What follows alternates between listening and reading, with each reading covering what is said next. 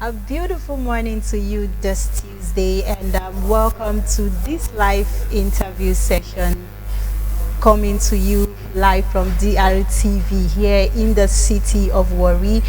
So this morning we will be looking at the activities of the People's Democratic Party here in Delta State.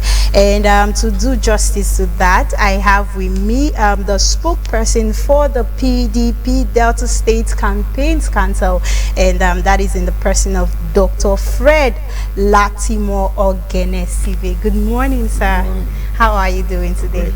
Okay, thank you. You're looking great as well. Okay, sir, we would like to look at like we said, we're looking at the activities of the PDP here in Delta State. So, in your own opinion, generally, how do you think the PDP has fared, especially the candidate, the governorship candidate? How has the PDP and the governorship candidate fared here in Delta State? Okay, in terms of our campaign activities. Yes, of course. Well, this is the very first time. This is the advent of constitutional democracy in Delta and Nigeria, that a governorship candidate will want to connect directly with the people. Okay. And he did that by saying that, look, I want to have a word-to-word campaign where I'll get to know the needs of the people at the very grassroots. I want to hear from the leaders of those wards what their needs are, so that I can, factor them into my plan and then begin to take actions when I'm governor. So we started the word-to-word campaign, which we did in the 270 wards across the state. And in all the wards that we went, the reception was fantastic. We got to see that instead of a small scale interaction, it became more of a mega rally. Even at the ward level. That was what we experienced. And the reason for that is not far-fetched. Our candidate is a man of integrity. We call him the local content economic governor. Oh, wow. Because of the fact that he has lived with the people here all his life. And even though he has been endowed and blessed, he does not see the need of spending more of his time in overseas or taking his family to go and be permanently resident in overseas. He believed that Nigeria is our country, Delta is our state, and we must be well connected to the state, and then do whatever we can to salvage whatever that is not right, and also enjoy what is good in it. Oh, okay. So both the candidate and his family, they've been here. So Deltas are very much confident that for somebody like this who has been with us all these years, he knows what to do. He understands the needs of the and people. that is also what's responsible for Governor Kowa's performance. Governor Kowa, who is also the vice presidential candidate of our party, he has lived all his life here in Delta. He has not lived abroad. And because he started politics quite early enough as a councillor, local government chairman, commissioner, SSG, senator, and a governor. So he has acquired this experience over the years, and you can see the outcome. That's a result of all this development that we have. That was where he had that knowledge to create a lot of youth empowerment, women empowerment programs across the state, like YAGEB, the agricultural program for the youth, skill development programs, that is girls entrepreneurship program for the girls between the age of 18 and 30, and all of that. So all this that the governor put up is because of the fact that he has been around, and so he knows the problems, the yearning and aspirations of our people. And that's exactly who Sheriff is. Sheriff has been here with us. So when you combine the performance of Governor Kowa with the sterling qualities and the pedigree of our candidate, who also is the longest service speaker of the Delta State House of Assembly. Since this state has been created, there is no speaker who have been on that saddle for this long. In fact, there was a period within 2 years we had 3 speakers in 2 years. But he has served 6 years and running.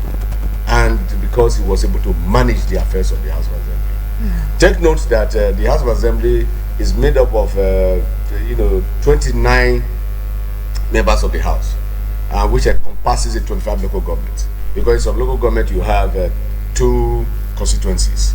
So when you put all of that together, it became 29. Okay. And managing those 29 members of the House of Assembly represented their own local governments. It's like managing the entire state.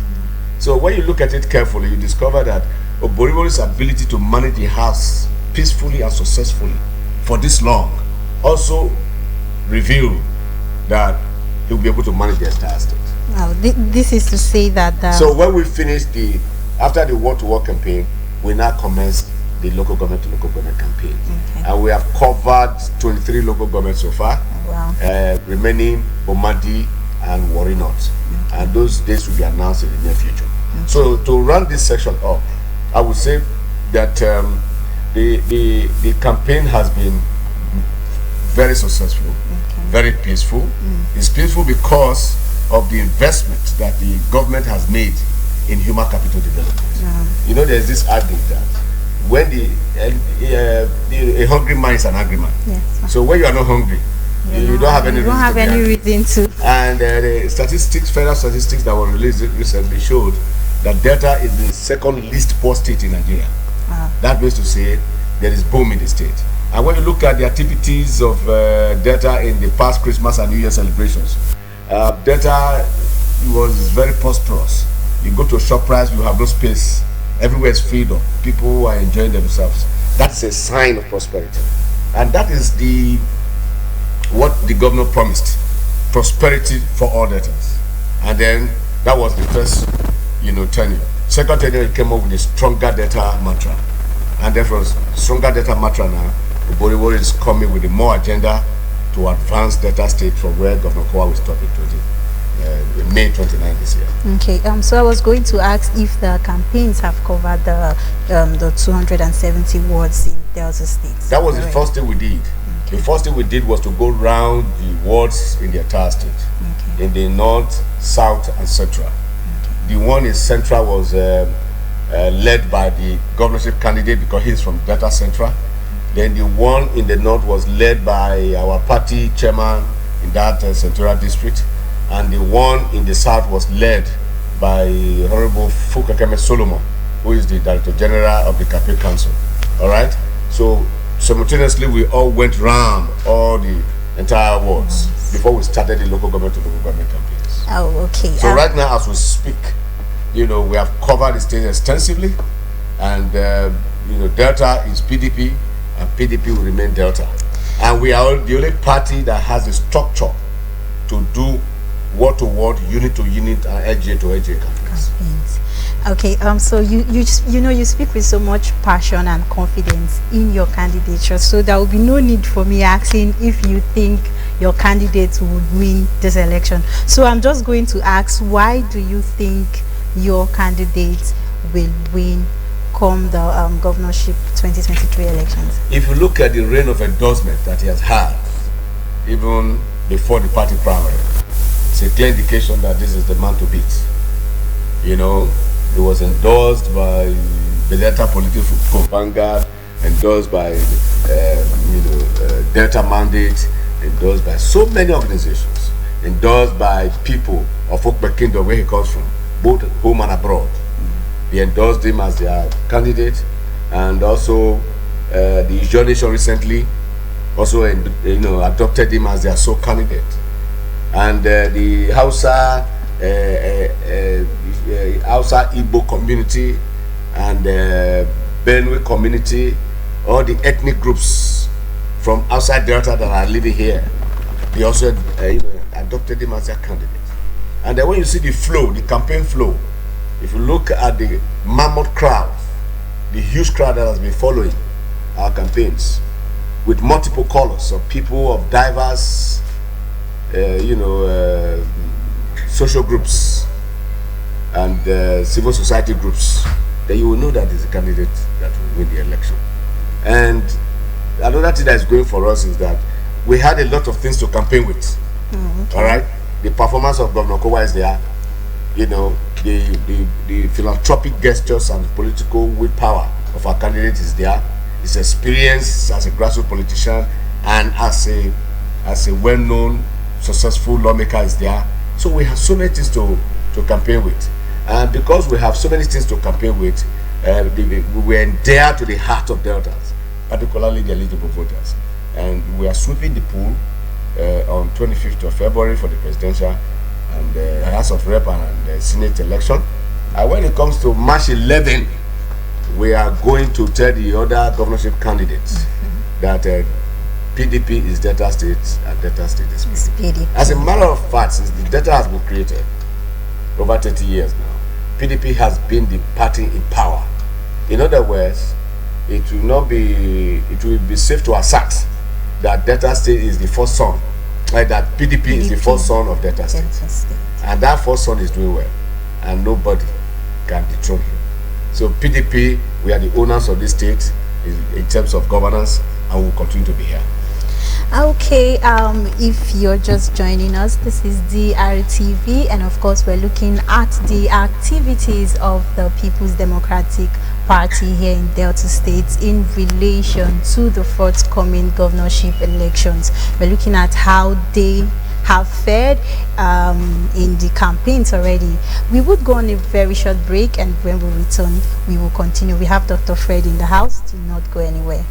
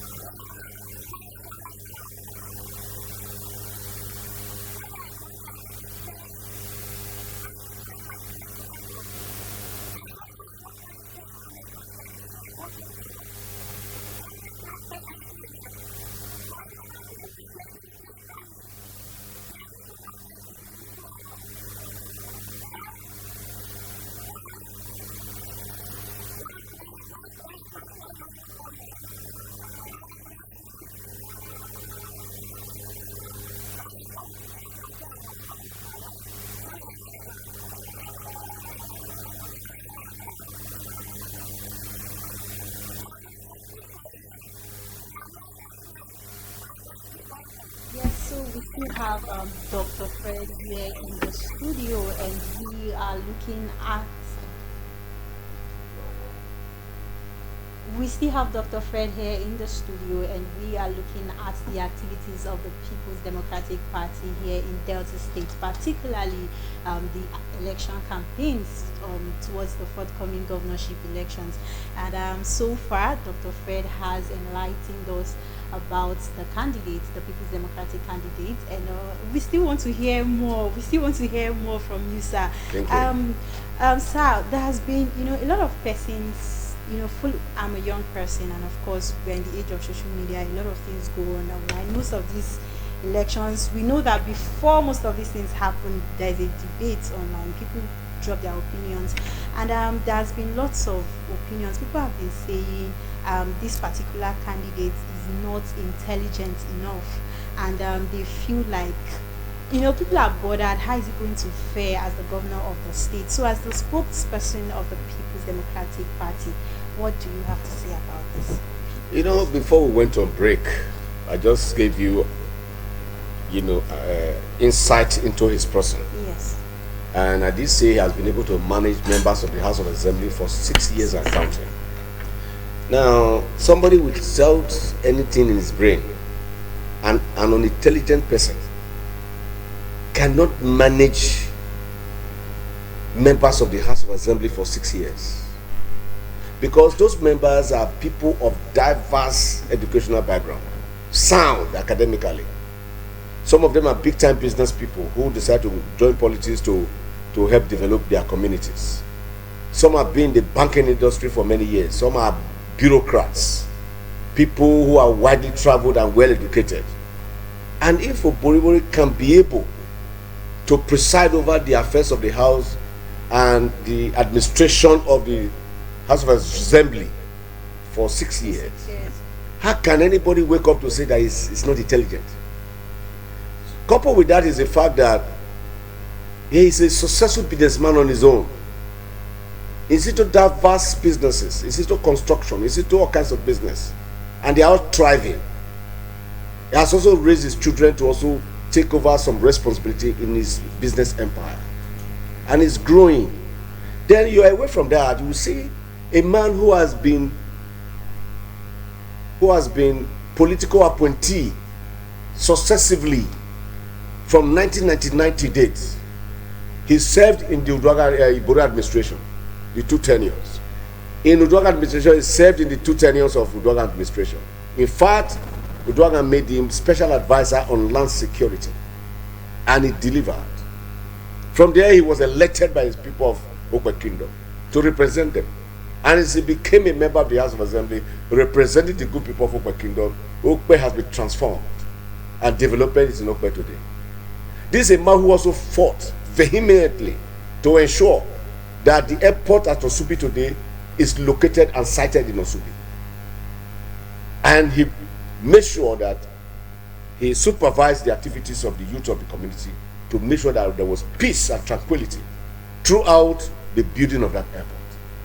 And today, the Osubi airport is a major commercial hub that is also bringing, revenue to the state, because they pay taxes there. And also our people are working as ground staff at the airport. But Boribori, away from that, I knew him 43 years ago as a student. We met in school. I never knew him from Adam. We met in the college. He was a year ahead of me, because then when I lost my father, I didn't go to college early enough. So I had to do some menial jobs to save money and then move on, go to school. I met him. But he is not like me, that was, that was not having the financial capacity to come to school. His father was well-to-do. I would say he was born with a golden spoon. And he also helped people like us financially while we were in college, trying to make sure that we also survive. And then, as we speak today, he has a second-class upper division in political science from Abu Salih University. He has a master's degree in the same political science from Delta State University. And then this was one of the controversies that came up during the primary, when one of the candidates wrongly alleged that he was not educated. And then they were questioning his school certificates, questioning his degrees, questioning everything. And of course, the matter was taken up by the appropriate security authorities. And it was investigated. And then the WAEC wrote to say that this certificate is original. It was issued to Boribori Francis. Then Delta State University said he spent his years here with us, 4 correct years to read political science, and he came out in second class upper division. Then his classmates also came to testify on television that they were his classmates at Alaja Grammar School, at Delsu, and at Abu Salim University. So when we will talk about whether somebody is intelligent or unintelligent, a man who has a master's degree, if he's not intelligent, how he was able to write his exam and pass, and then the senate of the university sat over his performance and awarded him that second class division in at the first degree level, and then also at the master's degree level. So all those statements we read on social media, they are all what we call political propaganda. You see, trying to infiltrate negatively into the personality of an individual in order to make people to not to associate with him, so that their own candidates can have a leeway. Are you getting the point now? And now when you play politics of that nature, it is wrong. Because one of the reasons today why a lot of Deltans are rooting for Boribori is that they later discovered that these allegations were falsehood. Just out of jealousy, they made all those allegations. And now that Deltans are aware now that the man is intelligent, is well read, they loved him better. Those who hated him before because of that allegation, they now came back to join us in the campaign, confessing that they were misled. Are you getting the point? So to some extent, those allegations now became advantage to our campaign. You get the point? Now, Boribori is, you need to hear him talk. He's a man of few words though, but when he talks, you will know that this is a man with knowledge. We have been campaigning. Before the campaign, a lot of them wrote on the same social media saying that they cannot even speak English, that they will carry video cameras and be recording all his grammatical mistake, and they will play to debtors. We said, okay, come to our campaigns. They have been coming, they have been recording, but they have not played anyone on social media where he made any mistake. You get the point? So that allegation is called political propaganda, aimed at tarnishing the image of the opponent. And we in PDP, we have the media structure, we have the professionals in the media who can explain things better, and we have done that better, and people are, they have understood the issues, the underlying factors responsible for those media propaganda. Now they are no longer interested in those propaganda. Anything you say about Boribori now is not taken seriously, because they've got to know the truth about him, that he's an intelligent man, that he's a well-educated, that he's a responsible individual, that he loves God and fear God, that that man has lived here with us for many years without any issue, and that the way they see him, they believe in him, that he will do better than Governor Kowa. Okay. And he has told our people during the campaigns that he will do more, he will listen more, and he will achieve more under the more agenda, which is meaningful development, opportunity for all Deltans, realistic reforms, enhanced peace and security. So all of these are broken down into the various sectors of the state economy, in education, in infrastructure, in human capacity development, in technology, in all aspects. Because the document of more is quite voluminous, and you can't be reading that to people at the campaign. But by the time it comes to office and sits down, now we begin to play out, when all these economic policies and all these changes begin to take place, then they will know that the man they are saying that is not intelligent is one of the best brains that Delta has ever produced. Yeah, I was actually coming to the more agenda. I wanted us to talk about what you think he would do differently from what Dr. Ifeanyi Okowa is already doing. The relationship between Governor Kowa and Sheriff is like father and son relationship, and every father will always pray that his son should do better than him. Is that not so? And that is what we're going to play out this time around. For your information, Okowa and Boribori, they are not enemies. They have been partners in progress in government. One is the head of the executive arms of government. The other was the head of the legislative arm of government. And they have been working harmoniously together to make sure that there is development, peace, and harmony in the state. And Okowa policies and programs are well known to WARRI because he has been in the system too since 1999 with Governor Okowa. And all the policies that we are executing today that has made Delta prosperous, WARRI is well attuned to it. He knows what is going on. So he has said that the more agenda really is to improve upon what Governor Okowa has done. For example, we are not going to abandon any projects that this administration is unable to complete. Okay. It's going to complete all the projects. And then economic, socio-economic programs and empowerment programs like the Youth Agricultural Program, the STEP program, which is the Skill Development and Acquisition Program, the Girls Child Education and Empowerment Program, the Women Empowerment Program, the Rural Youth Empowerment Programs. All these programs that Governor Okowa created that took thousands of our youth from the streets and made them to be entrepreneurs. Those programs will be sustained and improved upon. In fact, the governorship candidate said he's going to add more money. He's going to, invest more into those programs so that we can have more millionaires growing in the state from those projects. And in our campaign, these various sectors of the economy, these groups that have been created, this economic youth, departmentalization, they came to the campaign in their colors. And that's why you see that our campaign is so robust. The younger people came with the blue color, the STEP people came with a purple color, and the Girls Child Education came with yellow color, the other people came with white color, and the whole place was filled up, including our party supporters and members. So that's why you see that our campaign has been very huge.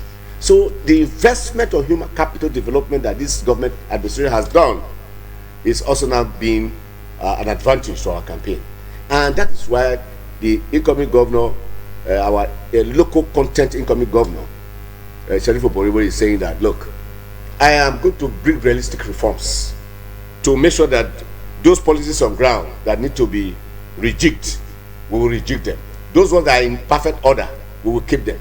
Then run the economy in such a way that it will be an improvement on what this administration has done. Okay, we can only hope that the continuity is actually there, because I think that's one thing that gives, that actually encourages growth in an economy. When a new government comes in and then you throw away you jettison the programs of the other administration and you start afresh.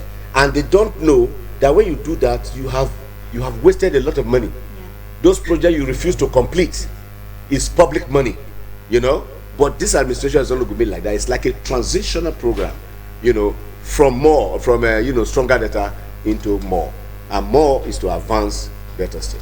Okay, sir, before we wrap up, quickly, we understand that the current governor of Delta State, who is the presidential, who is the PDP presidential, vice presidential candidate. Also the vice presidential candidate for the PDP.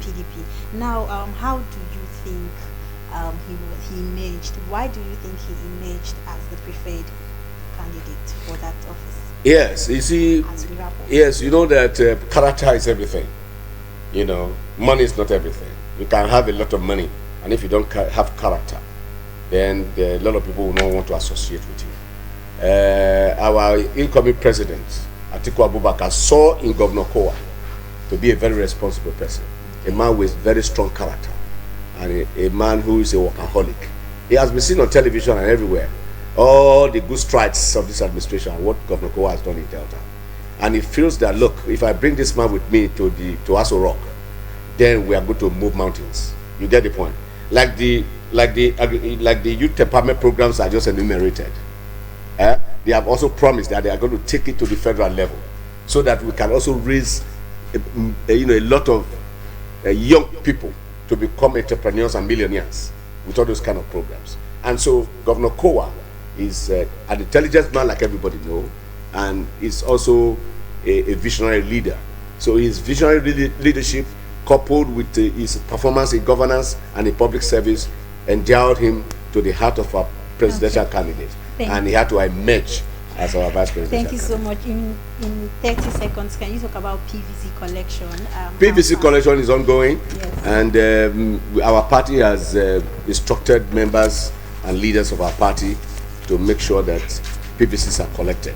In my local government and other local governments, with the leaders, those of our members who don't have the financial wherewithal to transport from one place to the other to go and collect their PVC, we provided buses, and we encourage them to collect. Right now, as I speak, Delta people have collected their PVC in large numbers, and we ensure and assist them to make sure that those PVCs are collected, because the power of the next government is vested in the PVC. Yes. And without the PVC, we can't get the more agenda working. So for the more agenda to work, the PVCs must be ready, and we are doing everything within our powers to ensure that every Delta collect their PVC once we are already registered for the elections. And my parting word for Delta State is that keep loving Sheriff Oboribori, believe in the more agenda. Oboribori will do more, he will listen more, and he will achieve more. Okay, there you have it. Believe in the more agenda. You have the right, and of course the decision is in your hands. You have to collect your PVC to make your votes count. My name is Gloria David, and this is a live interview that has just come to you from DRTV WARRI, and we have Dr. Fred Latimore here. Thank you so much, sir, for joining us. Thank you for having me. Okay, do stay tuned as we bring you the rest of our programs for the day. Enjoy the rest of it.